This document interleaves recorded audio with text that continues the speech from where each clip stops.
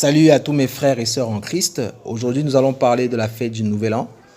Nous verrons si est-ce que en tant que chrétiens, nous sommes censés célébrer cette fête. Et nous allons bien évidemment nous baser sur les Saintes Écritures pour tirer nos conclusions. D'accord? Ce que vous devez savoir, c'est que la fête du Nouvel An est une fête d'origine païenne et qui n'a aucune base biblique. D'accord? D'ailleurs, selon la Bible, l'année commence au mois de Nissan. Mois de Nissan qui correspond au mois durant lequel les Israélites, n'est-ce pas, sont sortis d'Égypte. D'accord? Et donc, le Seigneur avait instauré ce mois comme le premier mois de l'an. D'accord? Mois de Nissan qui correspond à la période entre mars et avril. Donc, si déjà nous nous basons sur la Bible, eh bien, nous avons tout faux. D'accord? L'année ne commence pas en janvier. Premier point. Et donc, comme je vous le disais précédemment, le premier mois qui a été instauré par le Seigneur correspond à la période entre mars et avril. Et c'était le mois durant lequel les Israélites sont sortis d'Égypte. Le Seigneur avait fait de ce mois le premier mois dans sa parole. Il appelle ce mois le premier mois. Il dit aux enfants d'Israël de considérer ce mois comme étant le premier mois de l'année. D'accord? Nous pouvons le lire dans Exode chapitre 12 au verset 2.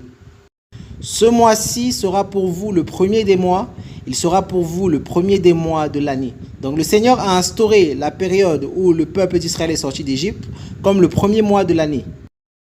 Allons maintenant dans le livre de Esther au chapitre 3 et lisons au verset 7.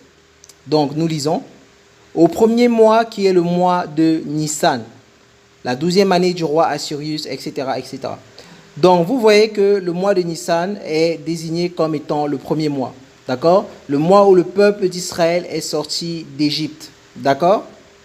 Vous voyez donc que, selon la Bible, l'année ne commence pas en janvier, mais commence au mois de Nissan. D'accord? Et c'est le Seigneur Dieu lui-même qui a instauré ce calendrier. Ok?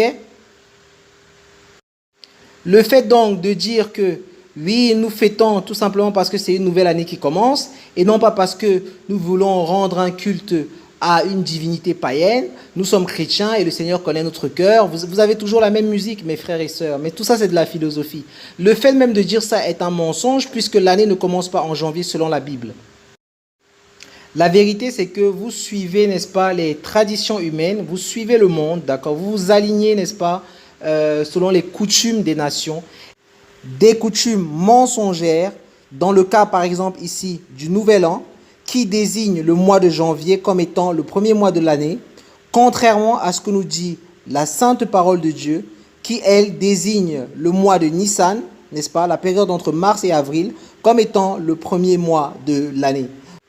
Et d'ailleurs, que nous dit notre Dieu au sujet des coutumes des nations? Allons dans le livre du prophète Jérémie, Yirmiya, chapitre 16, nous lisons au verset 19. Donc nous lisons: Jésus, qui est ma force, ma forteresse et mon refuge au jour de la détresse.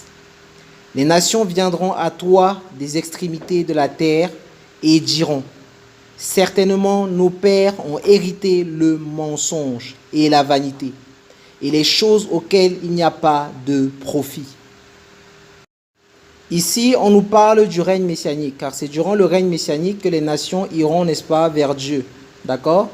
Et ici, les nations diront au Seigneur, on nous dit que les nations diront au Seigneur que ce qu'ils ont hérité, c'est de la vanité. D'accord? Là, on nous parle en effet de l'héritage des nations, les coutumes, les traditions des nations.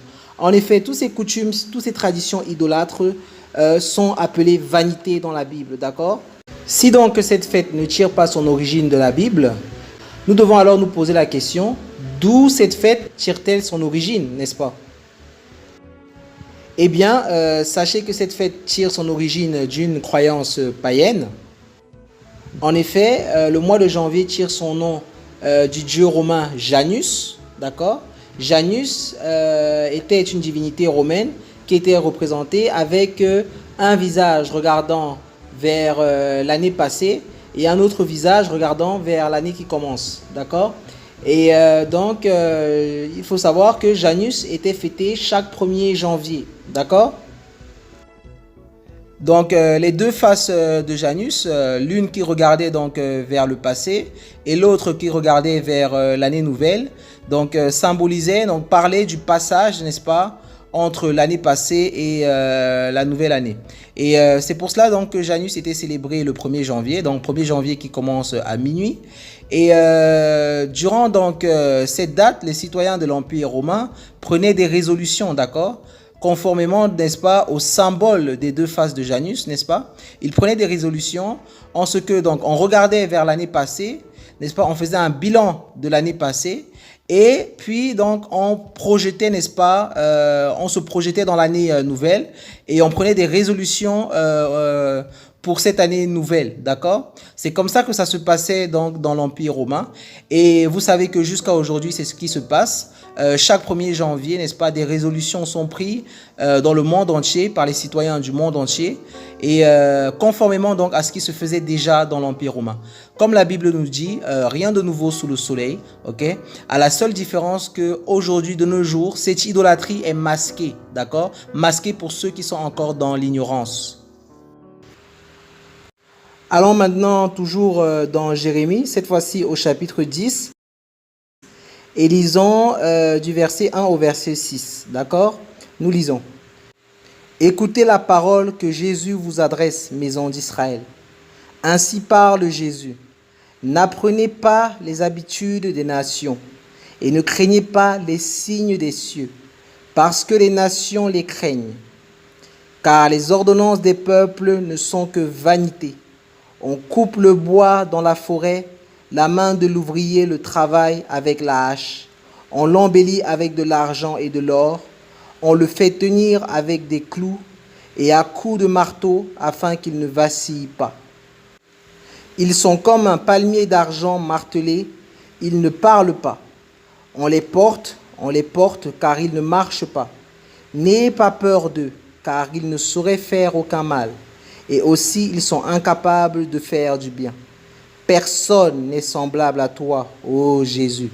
Tu es grand et ton nom est grand par ta puissance. Amen. Comme vous pouvez une fois encore le voir, le Seigneur condamne les coutumes idolâtres des nations, n'est-ce pas? Et bien évidemment, en tant que chrétiens, n'est-ce pas, nous n'avons pas, n'est-ce pas, à nous adonner, à participer à ces choses, ok? Car nous sommes un peuple consacré au Seigneur. Et bien sûr, donc, étant consacrés au Seigneur, nous ne devons pas nous souiller avec les coutumes des nations. Et maintenant, pour conclure, j'aimerais partager avec vous un dernier passage des Saintes Écritures. Nous allons aller donc dans Galates, chapitre 4. Nous lisons du verset 8 au verset 11. Donc, nous lisons. « Autrefois, ne connaissant pas Dieu, vous serviez en effet des dieux qui ne le sont pas de leur nature. Mais maintenant que vous avez connu Dieu, ou plutôt que vous avez été connus de Dieu, comment retournez-vous encore à ces faibles et pauvres rudiments et vouloir comme auparavant en être esclaves? Vous observez les jours et les mois, et les temps et les années. Je crains d'avoir travaillé inutilement pour vous. » L'apôtre nous parle donc ici de la soumission au calendrier, d'accord? Du conformisme mondain par rapport au diktat du calendrier.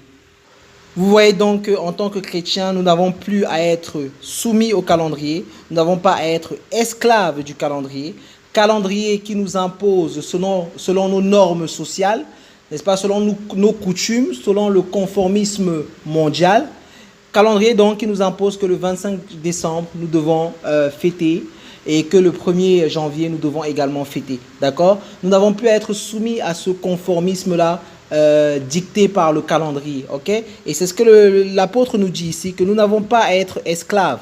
D'accord? En observant les jours, les mois et les temps, les années, etc. D'accord? Et l'apôtre pose la question suivante. Comment retournez-vous encore à ces faibles et pauvres rudiments et vouloir comme auparavant en être esclaves? Ok? Donc il dit que vous qui êtes convertis à Christ, vous que Christ a fait sortir, n'est-ce pas, du monde, bien qu'étant dans le monde, vous n'êtes pas du monde. D'accord? C'est ce que la parole nous dit. Comment pouvez-vous encore être soumis à ces choses-là? Comment pouvez-vous encore participer à ces choses-là? La question que l'apôtre a posée, n'est-ce pas, à certains chrétiens de son époque est la même question qu'il poserait, n'est-ce pas, à certains chrétiens, n'est-ce pas, de cette génération. Comment vous qui vous dites chrétiens, qui avez été rachetés, n'est-ce pas, par le Seigneur, qui avez donc été mis à part, car consacrés au Seigneur, comment pouvez-vous encore participer à ces coutumes des nations? Voilà la question que vous pose l'apôtre, mes frères et sœurs.